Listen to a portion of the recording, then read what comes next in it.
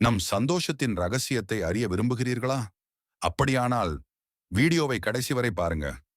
ஒரு நாள் ஒரு மாணவன் தனது குருவிடம் கேட்டான், குருவே, சந்தோஷத்தின் ரகசியம் என்ன? குரு எதுவும் சொல்லாமல் அவனிடம் ஒரு வாழைப்பழம் கொடுத்தார். மாணவன் குழப்பமாகச் சொன்னான், குருவே, எனக்கு புரியவில்லை. குரு மெதுவாகச் சிரித்து கூறினார், உரிக்கவும் சாப்பிடவும் ரசிக்கவும். மாணவன் வாழைப்பழத்தை சாப்பிட்டான். அவனது முகத்தில் ஒரு சிறிய சிரிப்புடன் கேட்டான், இது நல்லதுதான். ஆனால் இதற்கும் சந்தோஷத்திற்கும் என்ன சம்பந்தம்? அப்பொழுது குரு நகைத்தபடி கூறினான், இந்த வாழைப்பழம் போலதான் வாழ்க்கையும். அதை அதிகமாக யோசிக்காதே. உரிக்கவும் சுவைக்கவும் வாழவும். அதுதான் சந்தோஷம். வாழ்க்கையை தேவையில்லாமல் சிக்கலாக்காதே. ஒவ்வொரு நிமிஷத்தையும் சுவைத்து பார்க்கும் பழக்கத்தை உருவாக்குங்கள்.